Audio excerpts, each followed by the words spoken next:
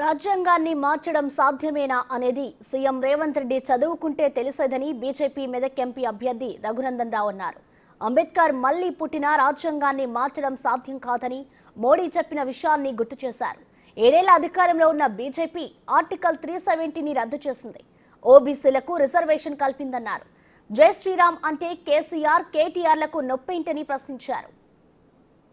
2 రోజులుగా ఈ రాష్ట్ర ముఖ్యమంత్రి తనకు వత్తాసు పలికేటువంటి కొంతమంది మీడియా మిత్రులతో కలిసి దేశంలో ఏదో సర్జికల్ స్ట్రైక్ జరగబోతుందని, అది బీసీల మీద, ఎస్సీల మీద, ఎస్టీల మీద సర్జికల్ స్ట్రైక్ అని పెద్ద పెద్ద పదాలు మాట్లాడుతూ ఉన్నారు.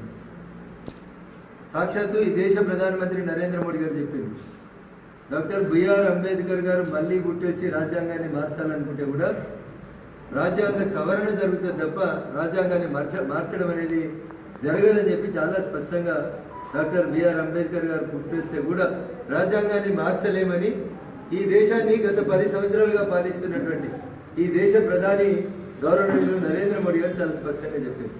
అయినా రేవంత్ రెడ్డి ఉద్దేశపూర్వకంగా 4 ఓట్ల కోసం రోజు అన్ని దినపత్రికలలో ఫస్ట్ పేజీలలో వచ్చే రీతి లోపల బీసీలు, ఎస్సీలు, ఎస్టీలు, మైనార్టీల మీద సర్జికల్ స్ట్రైక్ జరుగుతుంది, రాజ్యాంగాన్ని మార్చేస్తుంది, భారతీయ జనతా పార్టీకి 400 సీట్లు వస్తాయని చెప్తున్నాడు.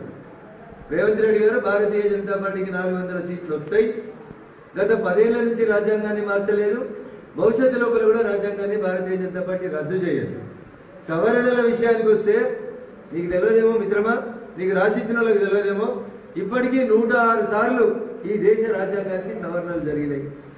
ఆ సవరణలలో మీ కాంగ్రెస్ పార్టీయే మెజారిటీ సార్లు ఈ దేశ రాజ్యాంగాన్ని సవరించిందనే విషయం మీరు తెలుసుకుంటే బాగుంటుంది.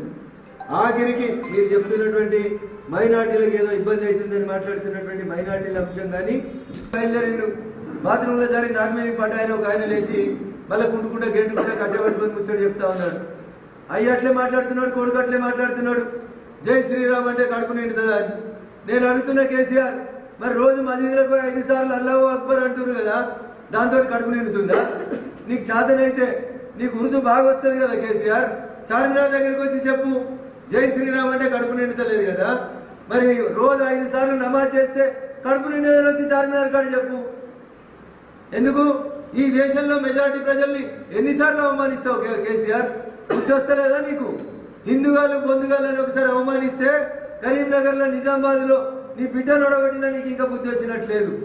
అయ్యట్లే మాట్లాడతాడు, కొడుకు అట్లే మాట్లాడతాడు. జై శ్రీరామ్ నా ఇష్టం నేనంట, ప్రజల ఇష్టం ప్రజల నినాదం, నీకేం నొప్పి అవుతుంది? జై శ్రీరామ్ అనకపోతే జై కేసీఆర్ అనాలా? అన్నారు కదా 10 ఏళ్ళు ఏం చేసినావు? జై కేసీఆర్ అని చచ్చిపోయిన శ్రీకాంతాచారి తల్లి కుటుంబాన్ని గౌరవించలే కదా, అంత సంస్కారం లేని వాళ్ళు కదా మీరు. జై తెలంగాణ, జై కేసీఆర్ అంటే లీడర్లు, జై శ్రీరామ్ అంటే తప్పవుతుందా?